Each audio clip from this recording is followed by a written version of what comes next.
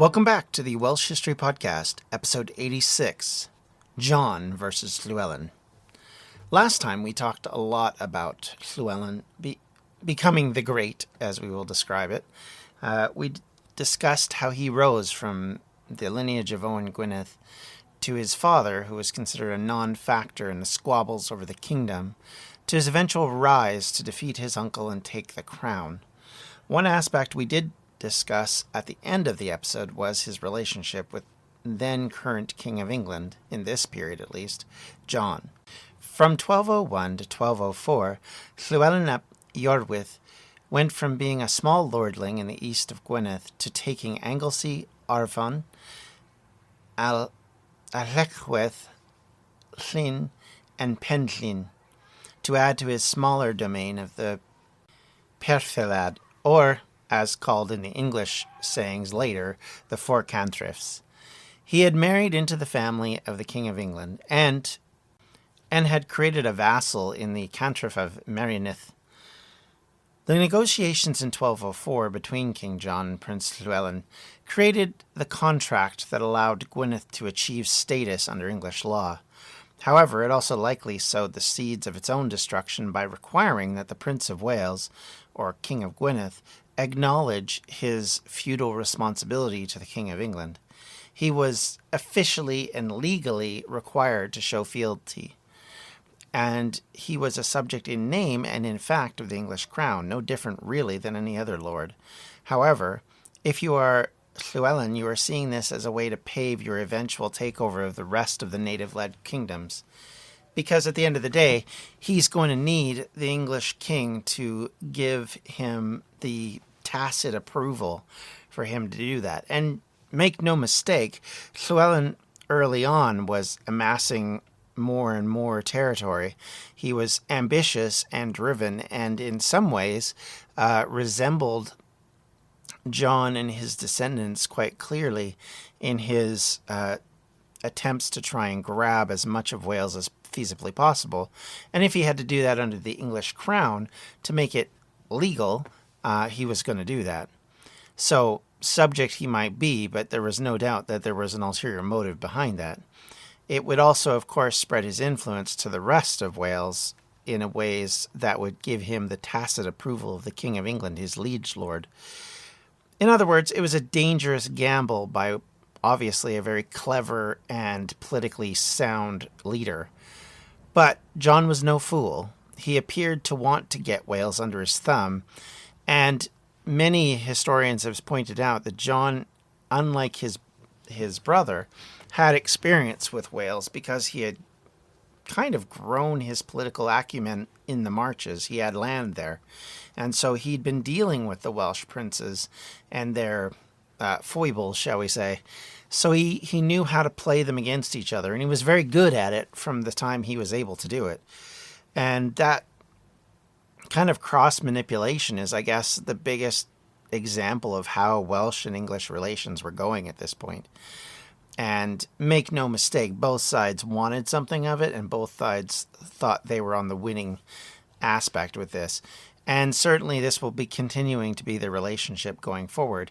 In that year, of course, Llywelyn marries the bastard daughter of John, and by doing so, creates a familial relationship, again, as we talked about last time. So, with that all in mind, certainly John's position and Llywelyn's positions were not by any means firm. Certainly the foibles of going against the king and going with the king on issues would determine whether or not you gained his favor. And certainly in the Welsh perspective, there would be certain princes and lords that would go from being favored to not favored to back into favor, all within the matter of a few years. The Lord of Powys specifically would become a problem child for both men as he kind of flipped sides at will. And in that case, he became the pawn that John could use with Llywelyn to try and play him and keep him in check. Because, of course, that's the other thing the English are trying to do. They're trying to keep the Welsh kings in check and keep them out of creating a situation of unity, because if they start to unify, then they become yet another Scotland on their border.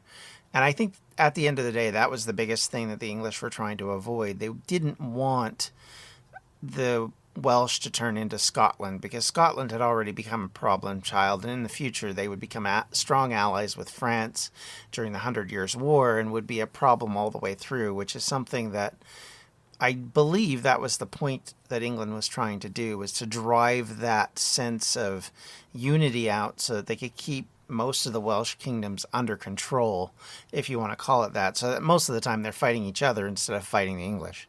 And I think that is what made the English happy, because they've seen in the past when the Welsh kingdoms were able to unite under a leader, they would suddenly start to unify more and more of Wales, because of course other parts of Wales would see this and then balk against the current leadership of the English or the Anglo-Saxons or the Normans or whomever it was at the time, and they would start to combine with their other related tribes and kings and princes, and all of a sudden, while Wales isn't necessarily an ongoing concern, it does suddenly become a problem that the king has to deal with, and he has to send troops in to deal with, which I think largely they didn't really want to deal too often with.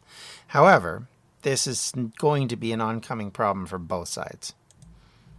In fact, after the loss of Normandy, John began, especially from 1204, in fact, to visit Wales in the marches every year until 1211.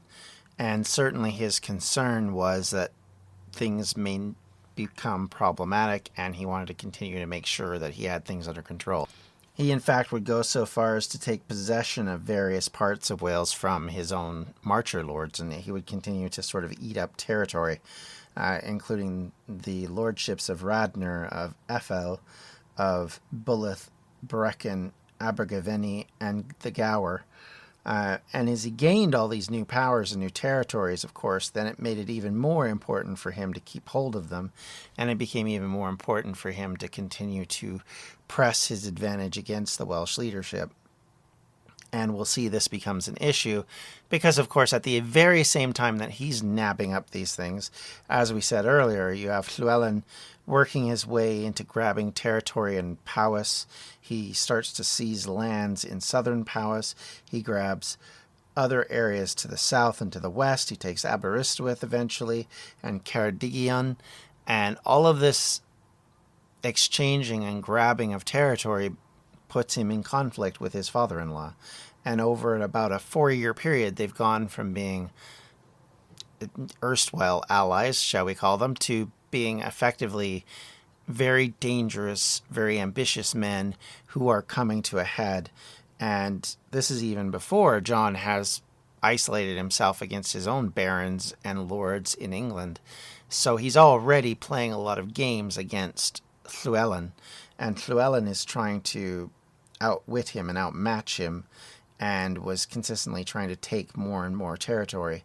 And really Powys, especially southern Powys, becomes sort of the tipping point of a lot of the problems, because it's an area that I think Llywelyn had ambitions for right from the word go, because of course his mother's from that area. He's lived near or in that area most of his life, so you can kind of see where the association with that would come in, and his desire for that territory would come in.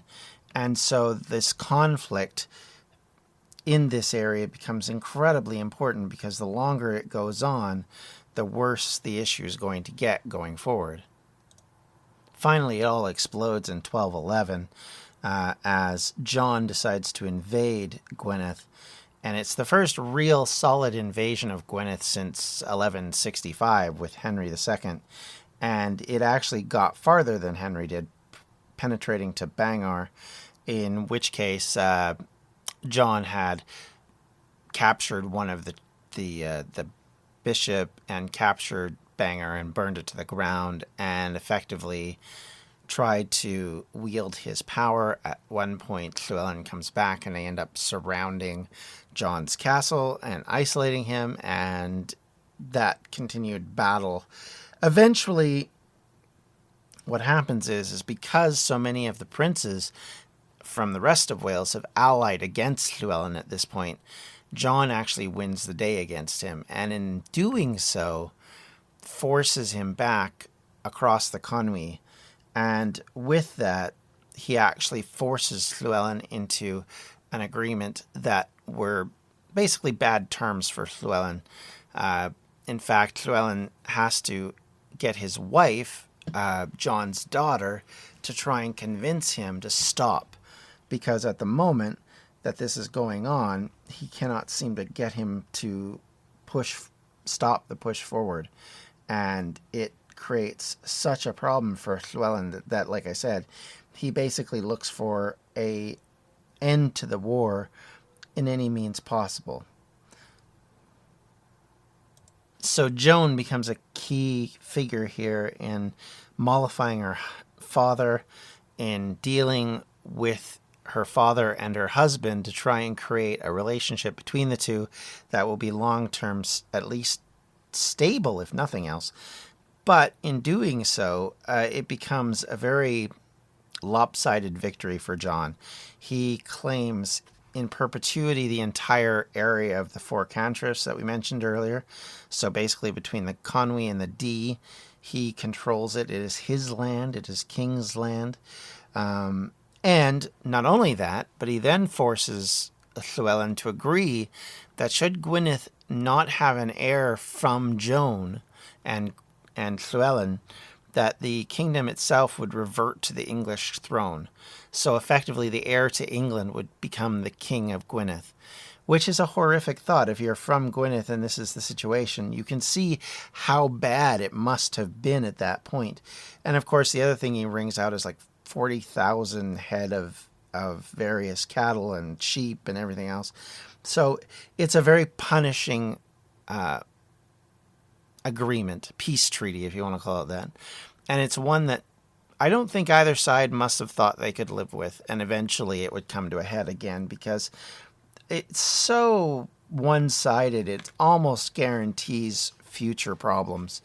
And almost immediately, within even a couple of years, you start to see problems mount, because one of the problems, of course, being is that John puts leaders in charge in the four cantrefs who are not well versed in dealing with the Welsh. They think they have them pacified.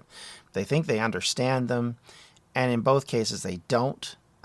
In fact, they're, if anything, a disaster in the making, and it actually turns a lot of the Welsh who had actually fought against Llywelyn back into his side and into his camp against John. So if there's nothing else we can say about John, he was very consistent in making enemies of a lot of people.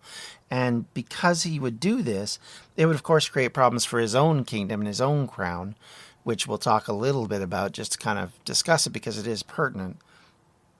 But it also sets a pattern wherein we have the Welsh princes okay with you attacking the other prince if it's not going to affect them. But the minute it starts to overly affect them, they suddenly become all very Welsh together and, hey, we're going to fight these English, and then they fight back. And that largely is kind of what's happened for the last, I almost say 200 years. They kind of have this point where they disunify, they fight, they argue, they debate, they battle, they kill each other, they slaughter their families, just to clear out, contenders for their crowns. And then eventually it leads back into, oh, wait a second, there's these English guys and they're trying to cause trouble, so now we'll turn on them, and they start to turn against them.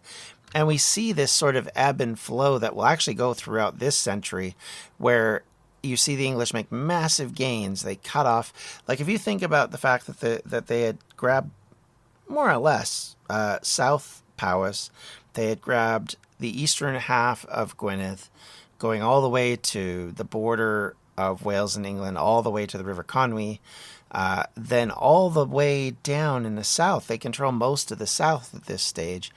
So they control quite a lot of Wales. They basically have a horseshoe shape control across Wales, and only the very western kingdoms are really free from the English at this point in any respect. And even at that, they're still having to give liege lord to the king. They're still having to acknowledge the king is in charge. And really, one could argue this has been going on for quite some time, but it seems very pronounced at this stage. And for the next century, almost, this is what's going to be, if anything, getting tighter and tighter. The screws are growing and growing as the English put more and more pressure on the Welsh kings and Welsh princes to try and fit in. So the ideas that you negotiate with others in their language doesn't come across. The whole idea of being fair and honorable kind of breaks in and of itself, as you can see with these kind of agreements. And really, what they end up doing is, like I said, they drive the Welsh population, who obviously are getting frustrated, back into their native rulers, and they revolt. So in the case of the Four Cantris, by 1212, there was already rumblings, and eventually they would explode, and we would see that all of the princes of Wales came into a confederation, and at that point made an alliance with the King of France, much like their Scottish, and importantly like their Scottish neighbors. The Welsh were starting to see the value of a French alliance, and this alliance will actually continue into the day of Owain Glyndŵr, where the French become a key cog in his defense of his land for a short period of time during the earlier part of the 15th century. But again, they try and make alliances basically to sort of defend their independence against John. And eventually, as I said, there becomes this point where the Welsh in the Four Cantris revolt. They toss out the English, and they basically go back into being controlled by Gwynedd, a part of Gwynedd. And at the same time as this is happening, Llywelyn is joined by John's former ally, Maelgwyn, who I had mentioned was the king who had been involved with some of the things that were going on in the south, as well as probably his biggest nemesis in southern Powys, the interestingly named Gwenwynwyn, who is either lord or prince or king of southern Powys. It's hard to really be clear because everybody uses slightly different terminology. And he ends up revolting against John. And so eventually the King of England has to come in again. And John is furious at this, what he sees as betrayal. He will then plan expeditions to try and end the independence of Wales. The Brute, or the Chronicles of the Princess, calls it the extermination of Wales. It does not go the way he thought it would, mostly because while John is trying to work his way back into Wales, he does attack and take southern Powys. He kills and slaughters much of the leadership in the process and regains control. But at the same time, Llywelyn is working with the barons of England to try and cause trouble for John, who at this point is already isolating himself and has already got himself in trouble for various reasons, one of which is accusations of him sleeping around with their wives and their daughters, which was obviously a huge no-no. You can have pretty much sex with whoever you want at this stage in the Middle Ages, just not with other nobility's wives. That was pretty obviously a bad idea, and their daughters. And that part of it, that was the big no. Because, I mean, we know that there's bastards all over the place, to use that terminology, on all sides. I mean, Nest has relationships with Henry I. We have various bastard sons in Wales and bastard sons and daughters in England. I mean, Joan, for example, is a bastard daughter of John. So this was not out of the realms of what happened in the past, and one could argue that Henry I and his progeny were a little bit like this, but John was a special side of hostile to rational thinking when it came to this idea, and he just seemed to like to annoy everyone. And so, needless to say, they weren't very happy with him. And by 1212, it became a bit of a crisis. And he ends up, John in this case, has to actually call off the Welsh expedition because he actually has to go into northern England to assert his own authority and deal with a lot of the problems he's having in England at this point, including dealing with all sorts of issues with the nobility and with the money lenders who are mostly at this point Jewish for various political and religious reasons. And this will eventually lead to their expulsion, basically because the king can't pay his debt, so he decides the easiest thing to do is get rid of the bank. And so there's all of this going on, and it will eventually lead to the barons revolting completely, and it will lead to the Magna Carta, because John just cannot make agreements, stick to them.